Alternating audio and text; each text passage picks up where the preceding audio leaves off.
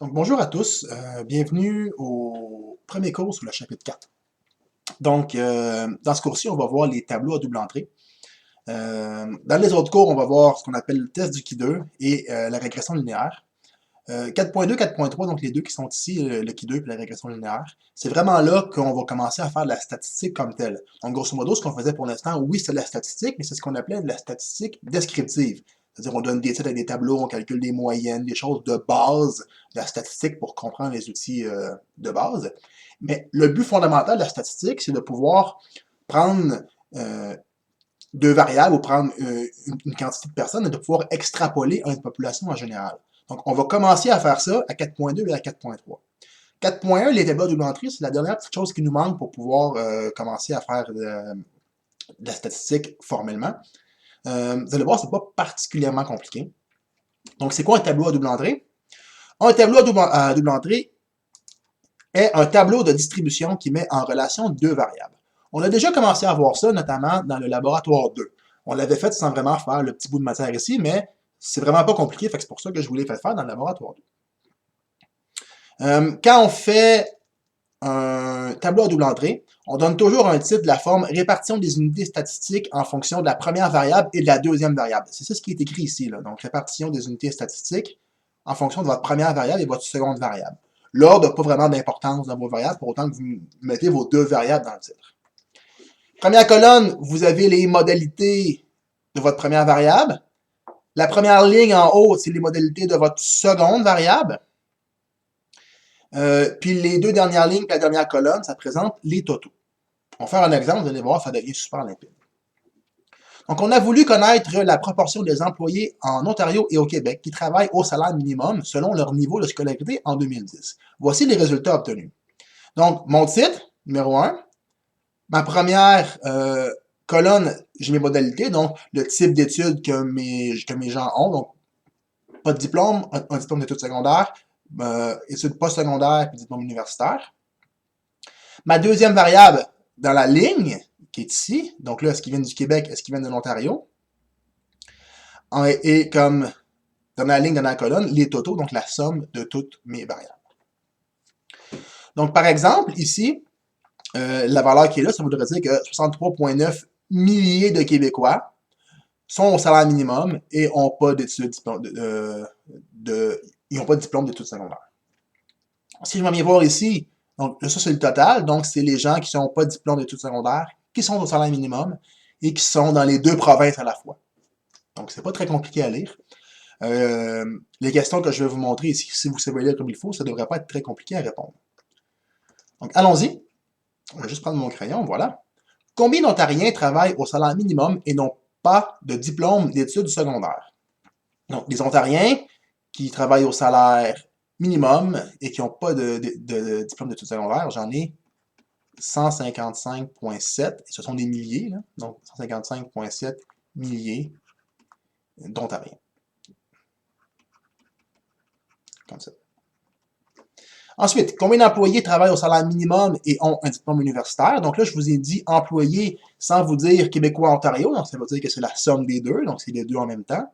Donc, travaillent au salaire minimum et ont un diplôme universitaire, donc c'est-à-dire, je vais aller voir ici la somme des deux et diplôme universitaire, donc on est à 64,4. 64,4 milliers d'employés. Comme ça. Quelle proportion de Québécois travaillent au salaire minimum et ont des études postsecondaires? Donc là, ici, on a un mot qui s'est rajouté, on a le mot proportion. C'est quoi une proportion? C'est une division. Donc, c'est juste de diviser deux trucs ensemble. Donc ici, je vous dis quoi? C'est la proportion des Québécois qui travaillent au salaire minimum et ont des études postsecondaires. Ça veut dire les Québécois qui travaillent au salaire minimum et ont des études postsecondaires, c'est 84,3. Là, je demande la proportion de Québécois. Donc, c'est divisé par 200,8. Et là, ça, je vous laisse le calculer vous autres mêmes, donc avec une calculatrice ou avec Excel. Et en le pitonnant, ça vous donne 0,41. En arrondissant, par exemple, ça fait 42. Donc, c'est ça une proportion. Souvent, d'habitude, on l'exprime en pourcentage, c'est-à-dire on fait fois 100. Là. Un pourcentage, c'est une proportion, c'est un rapport entre deux trucs. Donc, souvent, on l'exprime en pourcentage parce que c'est plus clair. En pourcentage, ça nous donnerait 42,98%. Ça veut dire quoi? 42,98% des Québécois travaillent au salaire minimum et ont des études postsecondaires, par exemple. Dans ceux, voilà. D. Quelle proportion des employés travaillent au salaire minimum sont des Ontariens avec un diplôme d'études secondaires? Donc ici, c'est la proportion d'employés. Donc les employés, j'en ai au total 6600,9. Et des Ontariens avec un diplôme d'études secondaires, donc des Ontariens avec un diplôme d'études secondaires au salaire minimum, j'en ai 145 000,2. Ce qui me donne, je vous laisse le pitonner avec une calculatrice, on arrive à 0,17. Si vous le convertissez en pourcentage pour que ce soit plus clair dans nos têtes, ça fait 17,49%. Ce qui voudrait dire 17,49% des Ontariens qui travaillent au salaire minimum ont des études postsecondaires. E. Quelle proportion des employés travaillent au salaire minimum et ayant un diplôme universitaire sont des Québécois? Donc ici c'est un petit peu différent. Donc, c'est la proportion des employés travaillant au salaire minimum et ayant un diplôme d'études universitaires sont les Québécois. Donc là, on est en train de lire dans la ligne qui est ici. Donc, j'ai 64,4 divisé par 14,2. Je vais aller calculer, mais je ne l'ai pas fait d'avance. Donc, 14,2 divisé par 64,4. Je l'ai peut-être dans Excel dans une autre fête à côté. C'est normal que vous ne le voyez pas présentement. Là. Ça me donne environ 0,22. Puis si je le convertis en pourcentage, ça va me faire 22,05%. Donc, 22% total des universitaires qui travaillent au salaire minimum sont des Québécois. Voilà. Maintenant, c'est possible de le mettre en pourcentage. Sauf que là, il y a trois façons de mettre un tableau en double entrée en pourcentage. Il y a d'abord en mettant par rapport au total qui est ici. Donc, je mets mes pourcentages par rapport à mon total général. Je peux le calculer par rapport au total de la colonne, donc par rapport à chacune des colonnes, ou je peux le calculer par rapport à chacune des lignes. Donc là, comme vous voyez, j'étais déjà inscrit parce que c'est vraiment long. Grosso modo, ce que je vais faire, je vais vous montrer comment on peut faire ça avec Excel très rapidement. Donc, vous savez déjà calculer des pourcentages, c'est pas ça que je veux vous montrer. Je veux ici parler du signe de pièce. Dans Excel, il y a moyen d'incrémenter avec le signe de pièce et par rapport à où on le met, il y a une façon d'incrémenter soit la ligne, soit la colonne, ou soit de le fixer. Je m'explique. Donc, mon but ici, dans mon premier tableau, c'est d'arriver à calculer mon 100%, mais par rapport au total qui est ici. Donc, comment qu'on fait ça? On s'en met dans une colonne, on fait égal, on divise lui, on fait lui divisé par lui, comme ça. Et peu importe comment qu'on incrémente, qu'on bouge par la droite ou par en bas, on veut que mon total, là, que la cellule qui est en rouge ici, on veut pas qu'elle bouge. Fait que grosso modo, qu'est-ce qu'on vient faire? On vient mettre des signes de dollars tout partout, en face de la lettre et du chiffre. Comme ça, quand je vais incrémenter par rapport à les chiffres vont rester stables. Puis quand je vais incrémenter par rapport aux lettres, les lettres aussi vont rester stables. Si vous n'êtes pas trop sûr d'avoir compris ce que je viens d'expliquer, attendez un petit peu, je vais aller faire les deux autres qui sont en dessous. Ça va vous aider à comprendre. Donc là, je n'ai fait un. Je peux incrémenter par rapport à la ligne, puis après de l'autre côté, directement comme ça. On va faire au complet, comme ça. Et voilà. Et là, peu importe comment j'ai bougé, on peut voir la cellule bouge, mais mon total, il ne bouge pas. Même si je viens de cliquer ici, mon total ici, il ne bouge pas, mais la cellule a bougé, a suivi. Mais mon total est toujours fixe. Maintenant, si je veux calculer celui-là par rapport à la ligne, excusez-moi, par rapport à la colonne, donc mon 100% est dans la colonne. C'est ce que je vais faire dans mon deuxième tableau, si je veux le faire comme ça. On fait le même principe, on fait lui divisé par lui. Mais là, quand je vais descendre, je veux pas que lui descende. Donc, je veux que les chiffres restent stables. Parce qu'il faut que j'ai mes chiffres à droite. J'en allais pointer l'écran comme un épée, là. Donc, quand je descends, je veux que les chiffres bougent pas parce que je veux que lui bouge pas. Donc, je veux pas que quand je descends, lui, mon total aille à 20.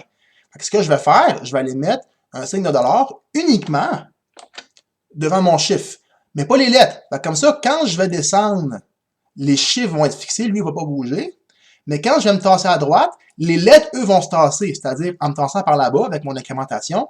Vu que j'ai juste bloqué le chiffre en me tassant par rapport aux lettres, les lettres vont s'incrémenter. Clac, je vais aussi faire mes 100% avec juste une commande. Maintenant, si je veux le faire par rapport à la ligne, donc je veux dire que mon 100% c'est la ligne, c'est mon troisième exemple dans mes notes. Même principe, égal lui divisé par lui. Ça me fait ça. Mais là, quand je vais l'incrémenter comme ça, qu'est-ce qui va se passer?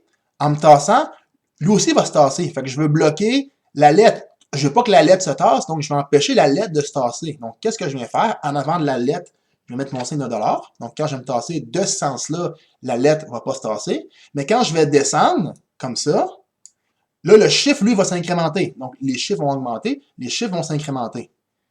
Je peux vous montrer. Si je me tasse par rapport au chiffre, lui, s'est incrémenté, il a suivi, le rouge a suivi le bleu. Mais, quand je me tasse par rapport de l'autre côté, par rapport aux lettres, si je viens cliquer ici, regardez, lui s'est incrémenté, mais le rouge n'a pas bougé. Donc, dépendamment où vous mettez votre signe de dollar, ça permet soit de bloquer le chiffre, soit bloquer la lettre, soit bloquer les deux, dépendamment de ce qu'on veut faire. Ici, c'est pas bien long, on aurait pu s'en sortir assez rapidement sans faire ce petit truc-là, parce qu'il y a juste deux variables. Mais imaginez qu'on avait eu un tableau avec 12 variables d'un côté puis 13 variables de l'autre. Ben, ça aurait été très compliqué à faire un tableau dans ce style-là. C'est très pratique d'avoir les signes de pièces. Ça permet d'y aller très rapidement. Donc, ça se peut que vous ayez déjà vu cette notion-là dans un cours de bureautique. Je ne le sais pas. Je la réexplique parce que ça peut être pratique à l'occasion. Donc, voilà tous les chiffres que j'ai calculés avec vous. Là, je les ai reportés dans les tableaux là, parce que c'est long pour rien. Donc, si ça vous tente de les reporter, vous ferez pause à la vidéo, vous les écrirez, là, mais c'est pas particulièrement compliqué. Donc, que représente le 17,5% dans le tableau? Donc, mon 17,5% est ici. Ça veut dire quoi? Ça représente 17,5% de tout le monde, donc de tous mes employés, un diplôme d'études secondaires et est en Ontario. Donc, dans ce cas-ci, que représente mon 34,3? 34,3, où est-il? Il est ici. Donc, 34,3, ça veut dire que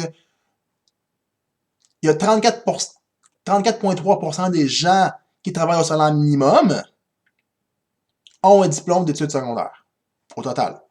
Puis mon 30%, qu'est-ce qu'il représente dans mon tableau?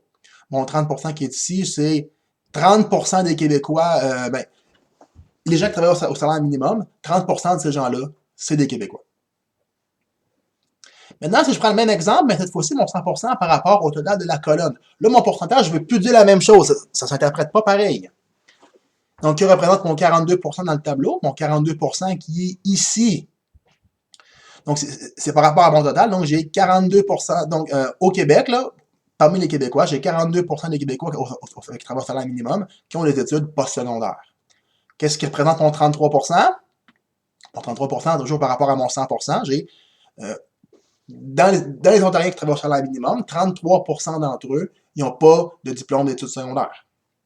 Qu'est-ce qui représente mon 23,2%? Donc, qui est ici, 23,2%.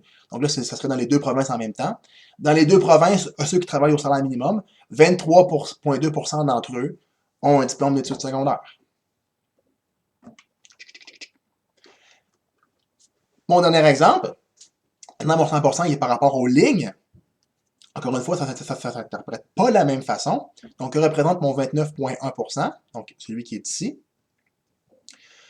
Donc, c'est-à-dire, parmi ceux qui travaillent au salaire minimum, 29,1% de mes Québécois n'ont pas de diplôme universitaire. Mon 63,3, donc mon 63,3, donc qui est ici. Donc, par rapport à mon 100% qui est ici. Donc, parmi ceux qui travaillent au salaire minimum, 63% des Ontariens ont des études postsecondaires. Puis qui représentent le 30% dans mon tableau. Donc ici, j'ai 30% de mes Québécois qui travaillent au salaire minimum.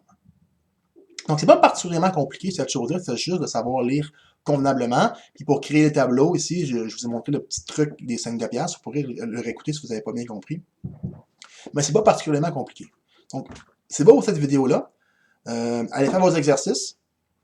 Puis après, vous pourrez commencer le test du Q2. Le test du Q2, un petit peu plus compliqué, vous allez voir. On commence à faire un peu plus de mathématiques et un peu plus de raisonnement. Vous allez voir, c'est super intéressant. Donc, sinon, je vous dis, quand vous êtes prêts, allez voir l'autre vidéo. Si vous avez des questions, n'hésitez pas à me contacter. N'hésitez pas à aller au CAM. N'hésitez pas à me poser 1000 questions. Je suis vraiment là pour vous aider. Sinon, je vous dis à la prochaine. Bye.